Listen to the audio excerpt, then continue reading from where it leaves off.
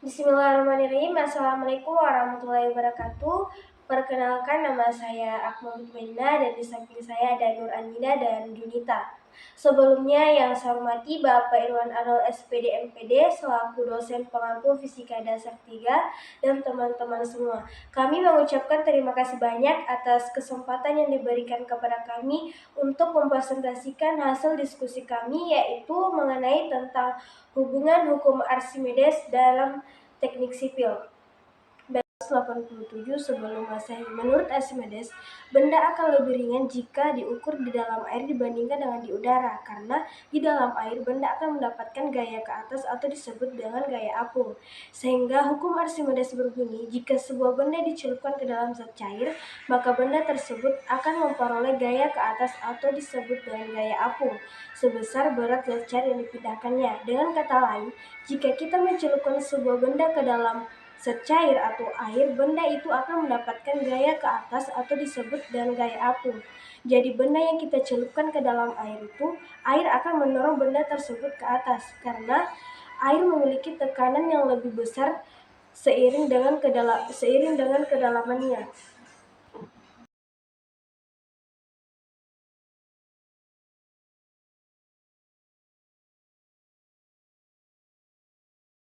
Ada 3 jenis benda dalam penerapan hukum Archimedes. Yang pertama, terapung, apabila sebagian benda berada di atas permukaan zat cair dan sebagian benda berada di bawah permukaan zat cair. Contohnya, kayu dalam air. Kayu memiliki kerapatan yang lebih rendah daripada air. Artinya, kayu memiliki massa yang lebih kecil dibandingkan dengan volume air yang sama.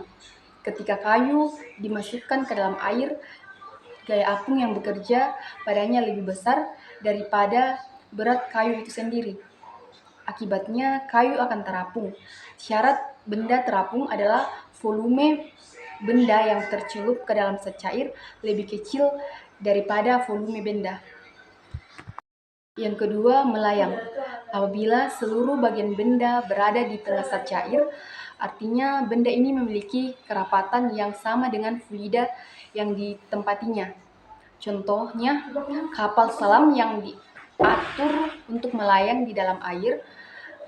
Kapal selam memiliki kerapatan yang sama dengan air, karena kerapatan kapal selam sama dengan air. Gaya apung dan gaya gravitasi seimbang.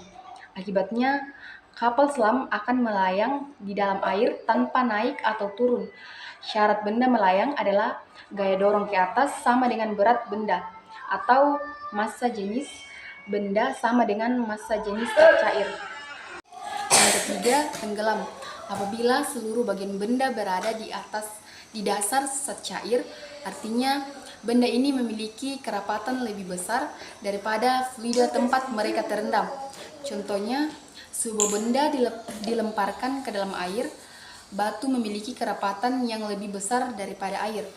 Karena kerapatan batu lebih besar, gaya gravitasi yang menarik batu ke bawah lebih kuat daripada gaya apung yang mendorong batu ke atas. Akibatnya, batu akan tenggelam ke dasar air. Syarat benda tenggelam yaitu massa jenis benda lebih besar massa jenis zat cair.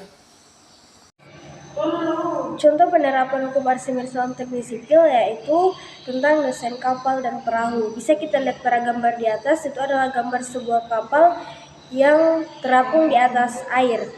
Jadi, pernahkah kita mempertanyakan mengapa sebuah kapal bisa mengapung di atas air? Hal tersebut terjadi karena gaya apung yang bekerja pada kapal lebih besar daripada berat kapal tersebut. Jadi, penerapan yang kita lakukan sebagai mahasiswa teknik sipil adalah menggunakan hukum Archimedes untuk menghitung volume air yang harus dipindahkan kapal tersebut agar kapal dapat bisa mengapung dengan stabil dan kita bisa memastikan keseimbangan kapal serta mencegah kapal terbalik. Kemudian contoh penerapan hukum Archimedes dalam teknik sipil yaitu konstruksi bendungan. Yang pertama, gaya apung pada bendungan. Prinsip bendungan mengalami gaya apung yang besarnya sama dengan berat air yang tertampung di belakang bendungan. Penerapannya, desainer bendungan menggunakan hukum Archimedes untuk menghitung gaya apung yang bekerja pada bendungan dan memastikan bahwa bendungan cukup kuat untuk menahan gaya tersebut. Yang kedua, desain pondasi jembatan. Prinsip pondasi jembatan yang dibangun di air juga mengalami gaya apung. Penerapan desainer jembatan menggunakan hukum Archimedes untuk menghitung gaya apung yang bekerja pada pondasi jembatan dan memastikan bahwa pondasi cukup kuat untuk menahan gaya tersebut. Selanjutnya, rumus hukum Archimedes dalam teknik sipil. Yang pertama, gaya apung menggunakan rumus FA sama dengan Pro F kali VB kali G, di mana FA itu gaya apung dengan satuan Newton, kemudian Pro F massa jenis fluida dengan satuan kilogram meter per kubik, VB volume benda yang terendam meter per kubik, G percepatan gravitasi meter per sekon pangkat 2. Yang kedua, berat benda di dalam fluida menggunakan rumus WF sama dengan WB dikurang FA, di mana WF itu berat benda di dalam fluida dengan satuan Newton, kemudian WB berat benda di udara, FA gaya apung. Yang ketiga, berat jenis benda atau SG, di mana SG sama dengan Pro B per Pro F, di mana SG itu berat jenis benda atau tidak berdimensi. Kemudian Pro B massa jenis benda dengan satuan kilogram per meter kubik, dan Pro F massa jenis fluida dengan satuan yang sama.